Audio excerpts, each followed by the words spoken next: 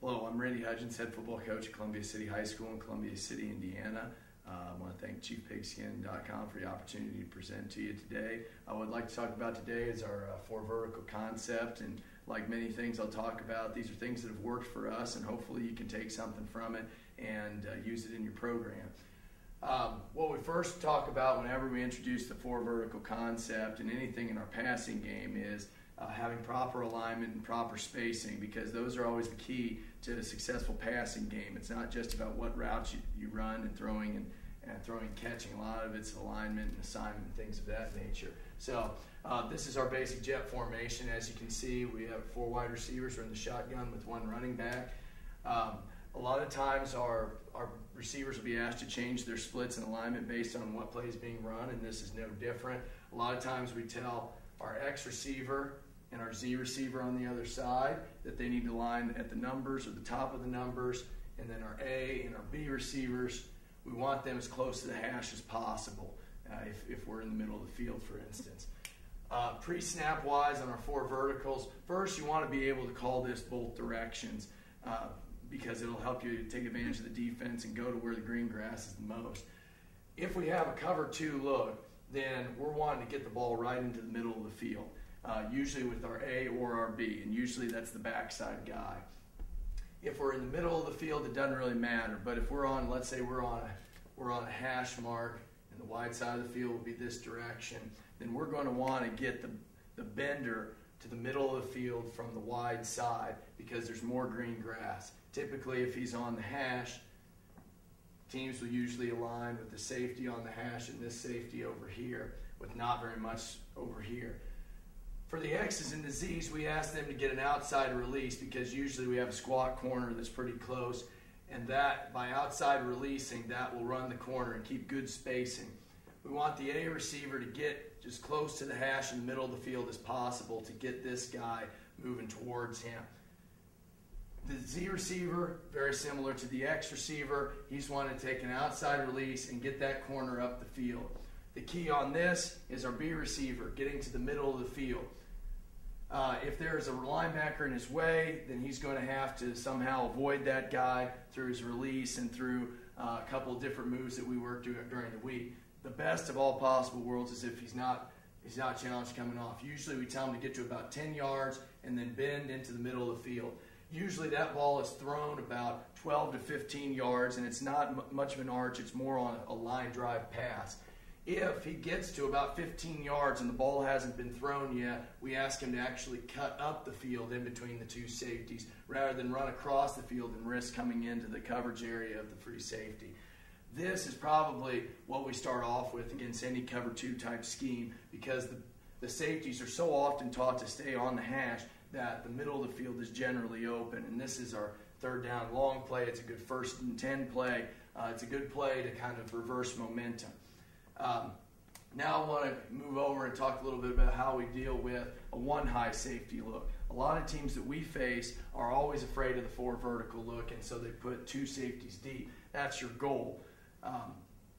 If they think they have a really good player here, free safety, then we attack it a little bit differently. And pre-snap, your quarterback and especially your inside receivers need to check the number of safeties. And usually, most teams will not try and disguise it because it's too complicated for their DBs. So if we see 1 high safety, usually the quarterback will have a color that he yells out, and the A and the B also have to recognize that as well.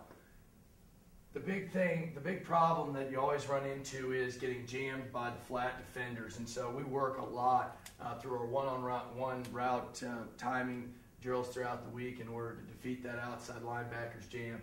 We want to try and get inside of that guy if all possible. So usually we have the guy stem to the outside and then get back under. And it's important for him to restack on his route in order to get proper spacing. Against this type of coverage, spacing is huge. We want to end up with our X's and Z's on the numbers, and we want to end up with our A's and B's on the hash. And so we'll do the same on the other side. Spacing will be key. Quarterback wants to move that guy with his eyes, usually look opposite of the side that he wants to go to. If he wants to go to the left, looking to the right first, and all it takes is about 2 steps, and we want him to hit it right here, about 12 to 14 yards on the line. Many people mistake this for a deep bomb type of a throw. If it's thrown much further than 15 yards, then you're probably going to have it intercepted or knocked down. You need to keep the spacing wide so that this corner doesn't sneak inside and take that over. Now, a couple things that people do in order to try and stop this. One is employ a bump and run, which means your A's and B's have to be pretty good with getting off of that. And a lot of times it's just setting them up and getting to what we call the good side. If it's going to be a ball thrown to the inside, then you're going to want to get inside that defender, setting him up and then ripping through and getting right back on your line as soon as possible. The other thing that people will try and do is they'll try and get their backer up underneath that guy, like a Tampa 2 type of look. One thing that we try to employ in order to counteract that is to have a play action fake to our running back and then coming back with the quarterback so that it gets him to step up and maybe even gets the safety to step up as well. And that's opened things up in the middle of the field for us as we go forward. Now, if we want to go to a trip set,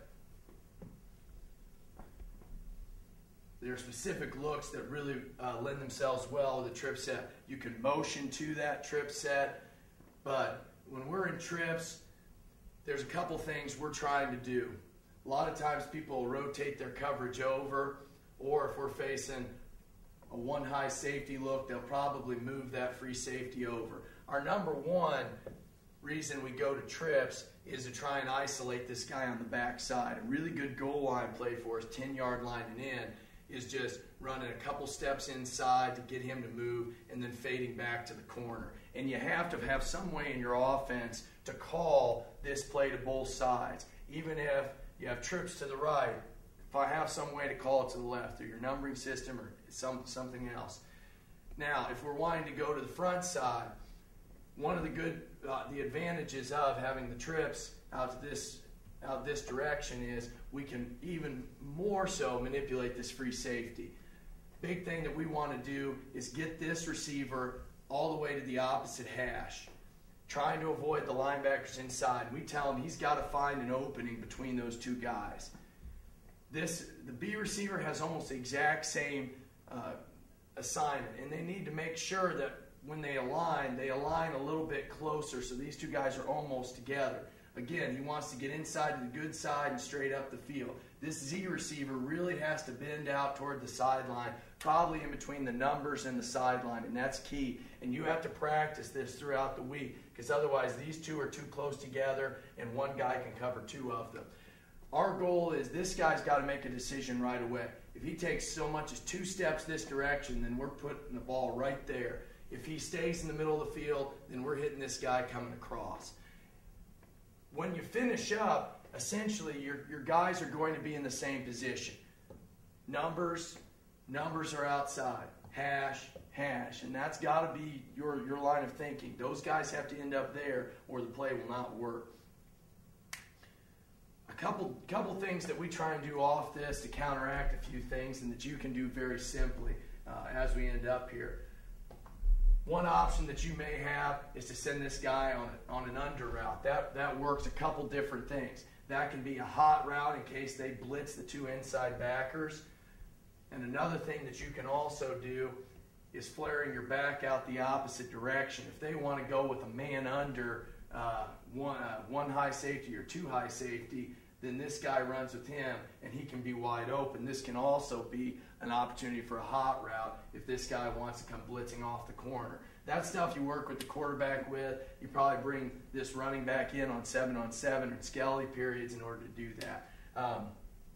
One other thing that we also work on this